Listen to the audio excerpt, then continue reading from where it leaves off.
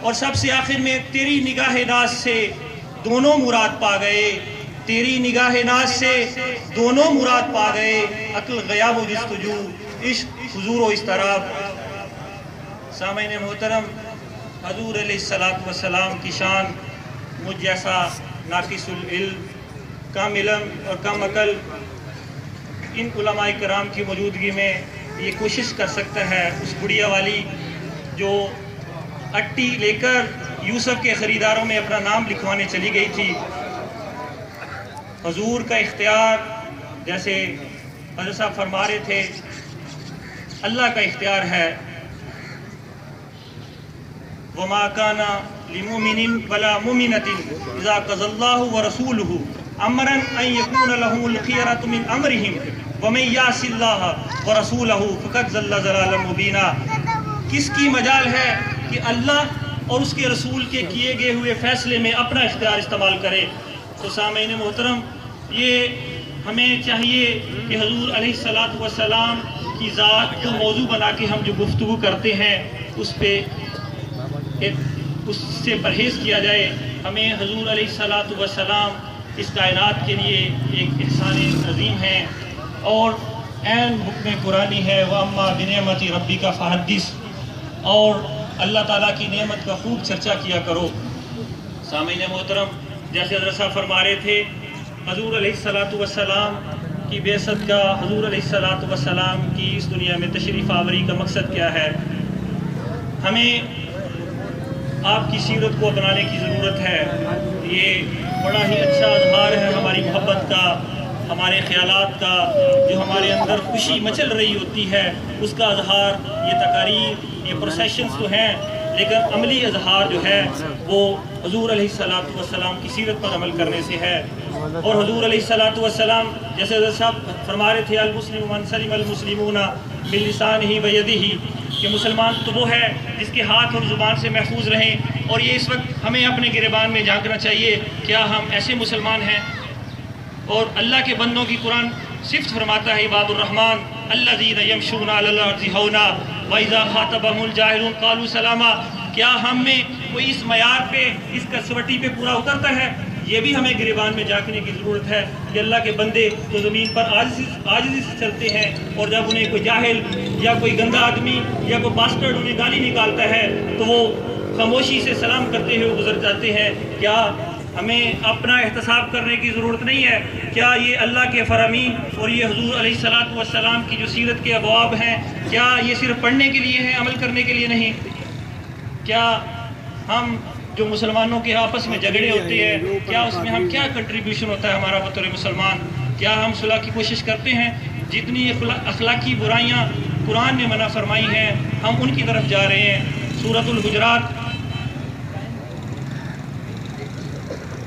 انما المؤمنون اخوہ فاصلحوا بین اخویکم واتقوا اللہ لعلکم ترحمون، کہ مسلمانوں کے درمیان، مومنین کے درمیان صلح کرواؤ، اللہ سے ڈرو تاکہ تم پر رحم کیا جائے۔ کیا ہم یہ کرتے ہیں؟ ایک دفعہ حضور علیہ السلام صحابہ کے درمیان تشریف فرما تھے۔ حضرت ابوبکر صدیق رضی اللہ تعالیٰ عنہ بڑے چہرہ خوشی سے دمک رہا تھا، تشریف لائے۔ حضور علیہ السلام نے پوچھا، اے ابوبکر صدیق کیا معاملہ ہے، بڑے خوش نظر آ رہے ہو؟ حضرت ابوبکر صدیق نے فرمایا، یا رسول اللہ، میں 70 اونٹ مال و اسباب کے لدے ہوئے صدقہ و خیرات کر کے آیا ہوں۔ حضور علیہ السلام کا جواب اب ہمارے ذہنوں میں اور ہمارے دلوں میں یہ ثبت ہو جانا چاہیے۔ حضور علیہ السلام نے فرمایا، اے ابوبکر صدیق، میں تو سمجھا تھا کہ تو دو مسلمانوں کے درمیان صلح کروا کے آیا ہے۔ یعنی 70 اونٹ صدقہ و خیرات کرنے سے افضل عمل کیا ہے کہ دو مسلمانوں کے دل جوڑنا؟ کیا ہم یہ کر رہے ہیں؟ کیا یہ سیرت کا پیغام نہیں ہے؟ کیا یہ حضرت علیہ السلام کا ہمارے لیے حکم نہیں ہے؟ یہ بھی ہمیں غور و فکر کرنے کی ضرورت ہے۔ سامعین محترم، کیا ہم ایک دوسرے کی ٹوری لگاتے؟ ہم ایک دوسرے کی تضحیق نہیں کرتے؟ یہ سورۃ الحجرات کی اگلی آیت 11 آیت ہے، یا ایھا الذین آمنوا لا یسخر قوم من قوم عسى ان یکون خیرا منہم ولا نساء من نساء ان یکن خیرا منہن ولا تلمزوا انفسکم ولا تنابزوا بالالقاب بئس الاسم الفسوق بعد الایمان ومن لم یتب فاولئک هم الظالمون۔ کیا ہم ایک دوسرے کی تضحیق نہیں کرتے؟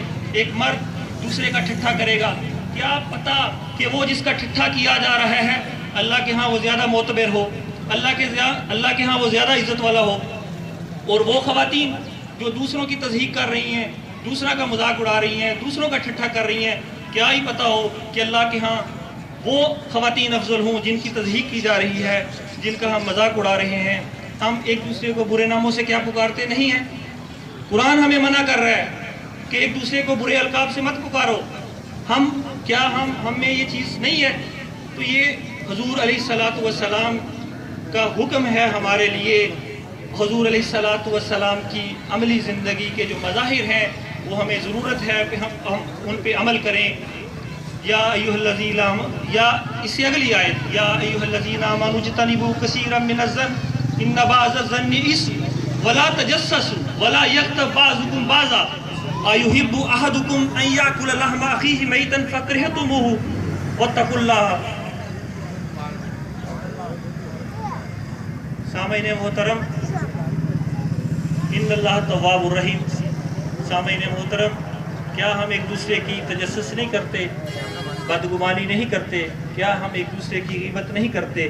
کیا یہ حضور علیہ السلام کی جو ہمارے لیے سیرت ہے اس پہ عمل کرنے کی ضرورت نہیں ہے؟ یہ جو قرآن کے احکام ہیں ہمیں ان پہ عمل کرنے کی ضرورت نہیں ہے؟ کیونکہ بہت سی باتیں کی جا سکتی تھیں، لیکن میرا مقصد ایک تو حاضری لگوانا تھا کہ میں ڈیوٹی بھی کر رہا ہوں، چلیں میں بھی علماء کرام کے ساتھ پیچھے ایک اپنی حاضری لگوا لوں۔ حضرت حسان بن ثابت، دو حضرت اقبال کے شعر، اس وقت ہمیں ایک التجا کی ضرورت ہے۔ تیرا اوتار ہے جہاں گردش آفتاب سے، تباہ زمانہ کر جلوہ بے حجاب سے۔ The world has become a dark place. Unveil your beauty to dawn upon this age. یا رسول اللہ، یہ دنیا اندھیروں کا گڑھ بن گئی ہے، تاریکی ہے، روشنی کی ضرورت ہے۔ اپنا حجاب اتاریے، اس دنیا کو روشنی دیجئے، یہ ہمیں ضرورت ہے اس وقت حضور۔ اور یہ روشنی کیا ہے؟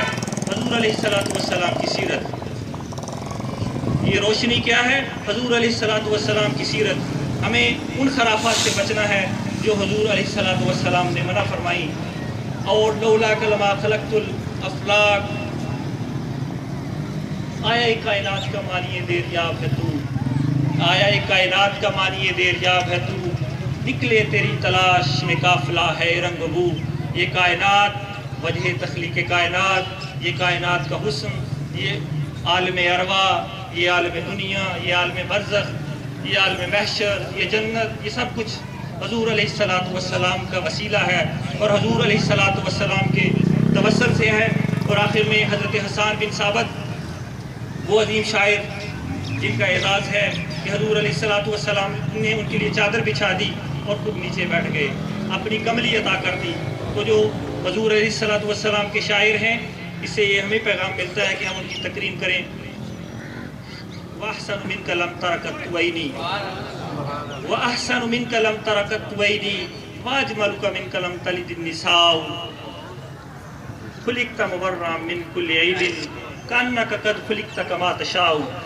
یا رسول اللہ، آپ سے حسین کسی آنکھ نے دیکھا نہیں اور آپ سے حسین کسی ماں نے جنا نہیں۔ یا رسول اللہ، آپ کو تمام عیوب سے پاک پیدا کیا گیا، آپ کو ایسے پیدا کیا گیا جیسے آپ نے چاہا۔ اور جیسے حضرت صاحب فرما رہے تھے کہ ہم اگر حضور علیہ السلام کی شان بیان کریں گے تو حضور کی شان ہم کون، ہماری کیا اوقات ہم بیان کریں، بلکہ ہم جو لفظ حضور علیہ السلام کی ثنا میں ان کی نعت میں بیان کریں گے تو ہم اپنے لیے آخرت کا سامان کریں گے۔ آخر میں اس شعر کے ساتھ اجازت چاہوں گا۔ وہ عرش کا چراغ ہیں، میں ان کے قدموں کی دھول ہوں۔ وہ عرش کا چراغ ہیں، میں ان کے قدموں کی دھول ہوں۔ اے زندگی گواہ رہنا، میں غلام رسول ہوں۔